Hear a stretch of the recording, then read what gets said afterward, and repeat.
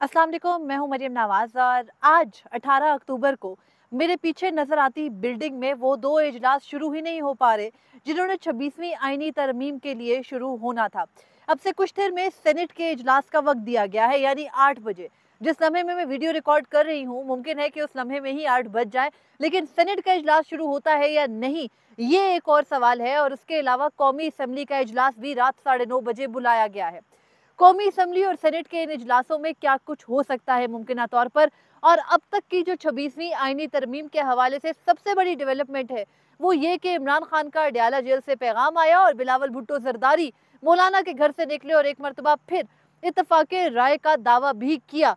लेकिन उस इत्तफाके राय के दावे पर जो मुश्तमिल एक प्रेस कॉन्फ्रेंस थी, उससे क्या पैगामात निकलते हैं, मौजूदा सूरत हाल क्या है, पार्लियामेंट के अंदर क्या हो रहा है, ये ताज़ा तरीन तफसीलात आपके सामने रखती हूँ। तो 26वीं आईनी तरमीम पास कराने के लिए पार्लियामेंट हाउस में जो गहमा गहमी हमने कल देखी, या जो गहमा गहमी हमने 14 और 15 सितंबर को देखी, वो हम आज भी उम्मीद कर रहे थे कि होगी। लेकिन इस वक्त जो मेरे अकब में पार्लियामेंट हाउस नजर आ रहा है, ये इसकी पार्किंग है और पार्किंग के सामने से एंट्रेंस है जहाँ से मेंबरान हैं सेनेट के भी और कौमी असेंबली के भी, वो जाते हैं।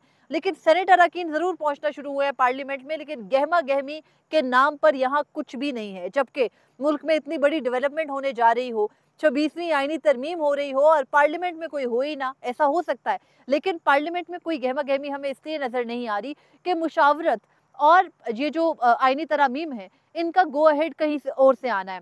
अब खेल कैसे पलटा आज? हुआ कुछ है कि पाकिस्तान तहरीक इंसाफ की, आप सबको मालूम भी होगा क्योंकि हर शख्स इस वक्त अपडेट्स देख रहा है, ये मुल्क में सबसे बड़ी होने वाली एक्टिविटी है।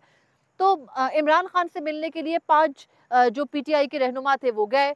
वो वापस आए, जो पैगाम लेकर लौटे उसमें इमरान खान की हालत, जिस तरह से उनको रखा गया, वो काफ़ी मौजूए बहस बना। लेकिन साथ एक और जो सबसे अहम बात है वो ये भी है कि एक तरफ तो इमरान खान को सॉलिटरी कन्फाइनमेंट में रखा गया, यानी कैद तन्हाई में वो हैं, उसके साथ ही उनका अखबार बंद है, टीवी बंद है। तो इमरान खान शायद इन 15 दिनों में वो वाहिद शख्स है जिनको नहीं मालूम कि उनसे मुतालिक बाहर क्या कुछ हो रहा है। यानी उनको नहीं पता कि एक एहतजाज इस्लाम केपी से इस्लामाबाद सक्सेसफुली पहुंचा था और फिर उनकी क़यादत वहां से निकल गई थी। उनको नहीं पता कि उनकी बहनों को गिरफ्तार किया गया। उनको नहीं पता कि उनके वकील इंतजार पंजोथा को गिरफ्तार, बल्कि गिरफ्तार नहीं, गायब कर दिया गया। मालूम ही नहीं कि वो शख्स कहाँ है।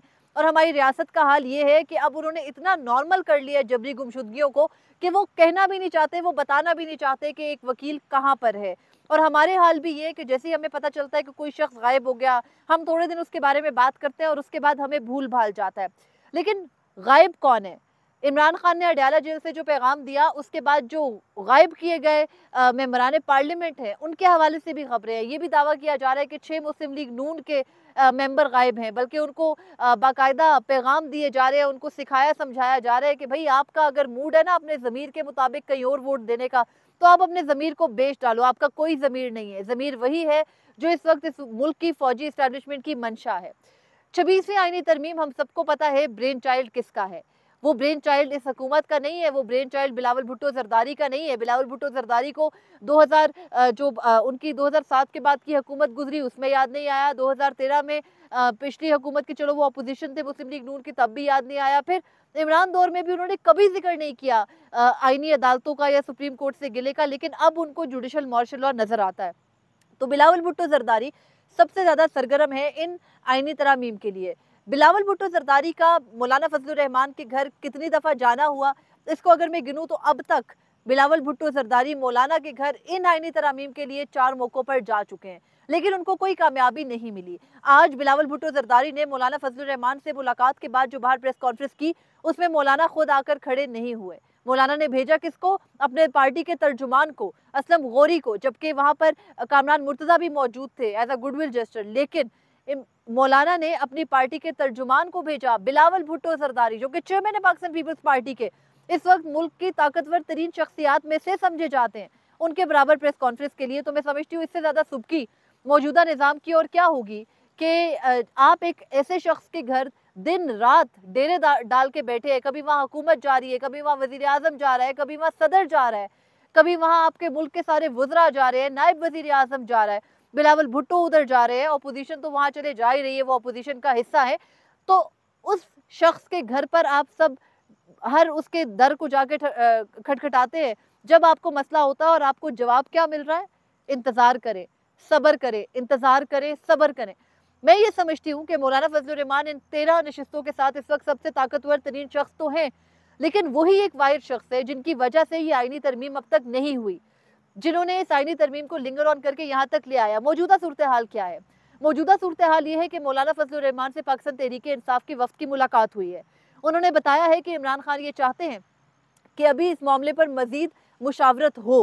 उन्होंने इमरान खान का पैगाम मौलाना फज़लुर रहमान के सामने रखते हुए उनको ये भी बता दिया है कि इमरान खान का मौक़िफ़ है कि पीर को उनके पास मज़ीद जो 4 लोग उन्होंने नॉमिनेट किए हैं, जिसमें कि उनके जो पंजाब असम्बली में कायदे हज़्ब इख्तलाफ है, सेनेट में कायदे हज़्ब इख्तलाफ हैं, शिबली फराज, और उसके अलावा जो उमर अयूब है जो कौमी असम्बली में कायदे हज़्ब इख्तलाफ है, और वज़ीर आला KP अली अमीन गंडापुर, इन 4 लोगों को बुलाया है, मुशावरत के अमल में शामिल होने को कहा है। साथ ही मौलाना फज़लुर रहमान के किरदार को सराहा है।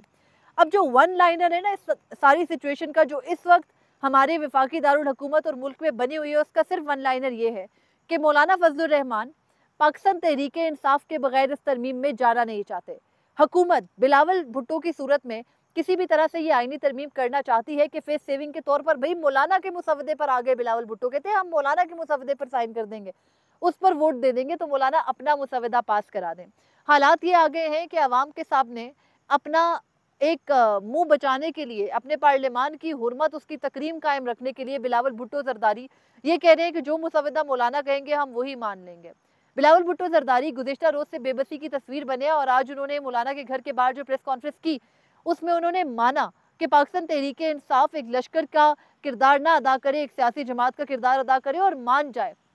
यानी उन्होंने अपनी तमाम तर जो वोट का और इस आईनी तरमीम का जो दारोमदार है उसको पाकिस्तान तहरीक इंसाफ पर कर दिया, लेकिन साथ ही वो धमकी देते हुए, वो अपने आकाओं की मंशा को भी सामने रखते हुए कहते हैं कि उनको फिर अरकान की अक्सरियत के दबाव से ये आईनी तरमीम करनी होगी। यानी जो आपने इतने सारे दर्जनों लोग गायब करके रखे हैं, जिनको इसलिए आपने बंद करके जबरी तौर पर गुमशुदा करके रखा है कि जैसे ही पार्लियामान का इजलास होगा, भेड़ बकरियों की तरह अवाम के उन मुंतखब नुमाइंदों को, जिनको शायद अवाम भी मुंतखब नुमाइंदा नहीं कहती है, उनको ला करके आप इस ऐवान में, जो ये मेरे पीछे कलमा तैयबा के उसके ऊपर लिखा है कलमा तैयबा, लेकिन उसकी क्या हुर्मत हम रख रहे हैं इस पार्लियामेंट की, उसकी इज्जत क्या रख रहे हैं, ये इन मेंबरान पार्लियामेंट के आगे ये मामला चढ़ गया है। तो इस अमारत के अंदर उन लोगों को लाया जाएगा और वो वोट करेंगे। तो इस अमारत की थोड़ी तो हुर्मत बाकी रहने देते बिलावल भुट्टो जरदारी, जहाँ वो एक तरफ मान रहे हैं कि ये जो आईनी तरमीम है ये उनकी मर्जी नहीं है, ये बल्कि किसी और की मर्जी है और ये वीकेंड है। आपको पता है हुकूमत के पास सिर्फ अब से अगर हम गिने तो हार्डली उनके पास अब रह गए 27 घंटे, और इन 27 घंटे में भी अगर ये आईनी तरमीम नहीं होती तो फिर सबको पता है कि मंजरनामा क्या होगा। मसला और टारगेट सिर्फ एक शख्स है, जस्टिस मंसूर अली शाह, या दो शख्स है, दो शख्सियात हैं, जस्टिस मंसूर अली शाह या जस्टिस मुनीब अख्तर। उन दोनों को नहीं बनना, नहीं बनने देना, उन दोनों को चीफ जस्टिस उनको ओहदे पर नहीं आने देना। लेकिन दूसरी जानिब पाकिस्तान तहरीक इंसाफ और मौलाना फजलुर रहमान आईनी तरमीम में अपना किरदार अदा करने को फिलहाल तैयार है, और वो इस वजह से कि वो ये चाहते हैं कि किसी तरह से ये दिन गुजरे, वो टाइम बाय कर रहे हैं, ये दिन गुजरेंगे, ये वक्त गुजरेगा और उसके बाद जो ये आईनी तरमीम है ये हुकूमत ही की कोशिश नहीं होगी। तो गुज़िश्ता रोज़ जो एक मुसव्विदा खसूसी कमेटी से पास करा के सामने आया, वो मुसव्विदा भी आज बिलावल भुट्टो ने झुठला दिया और कहा कि गलत तासुर गया, कि उसमें मौलाना का मौक़िफ़ शामिल नहीं है।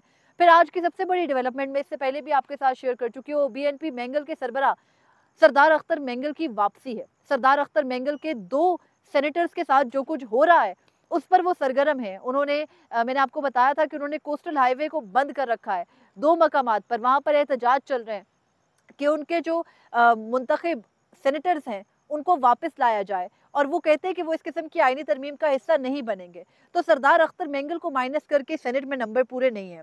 मैं आपको दोबारा से एक मरतबा नंबर गेम बता देती हूँ, और मुझे मालूम है कि जहाँ इजलास नहीं होने, जहाँ मेंबरान पार्लियामेंट को ऑलरेडी भेड़ बकरियों की तरह ट्रीट किया जा रहा है, वहाँ पर ये नंबर गेम क्या ही अहमियत रखती होगी, लेकिन स्टिल इस मुल्क में कोई ना कोई राइज कानून और आइन है, तो उसके हवाले से हमें बात करनी ही चाहिए।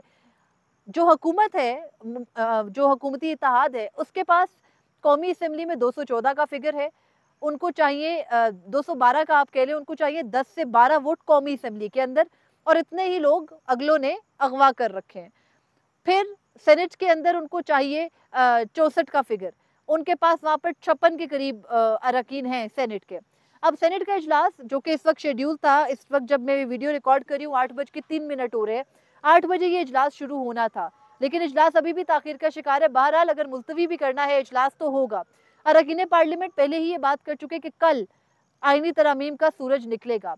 तो देखना है कि वो जो ब्रूट मेजॉरिटी यानी जबर से और लोगों को डरा धमका के और ज़बरदस्ती जो आईनी तरमीम की कोशिश बिलावल भुट्टो जिसका इजहार कर चुके हैं, अगर वो कल की जाती है तो मुल्क का मंजरनामा परसों से यकसर मुख्तलिफ होगा।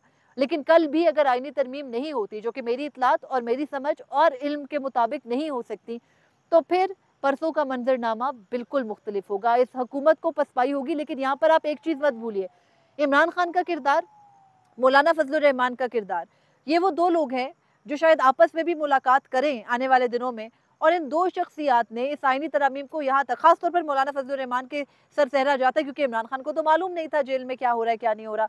उन्होंने इन आईनी तरमीम को 14 सितंबर से आज है 19 अक्टूबर, यानी आप कह सकते हैं कि 34-35 दिन उन्होंने इसको डिले करवाया। और अब जस्टिस मंसूर अली शाह के चीफ जस्टिस बनने में महज 6 रोज बाकी रह गए हैं। और चीफ जस्टिस काजी फैजीसा तो वैसे ही माजी हो चुके, तो उनके बारे में क्या ही बात करनी अब।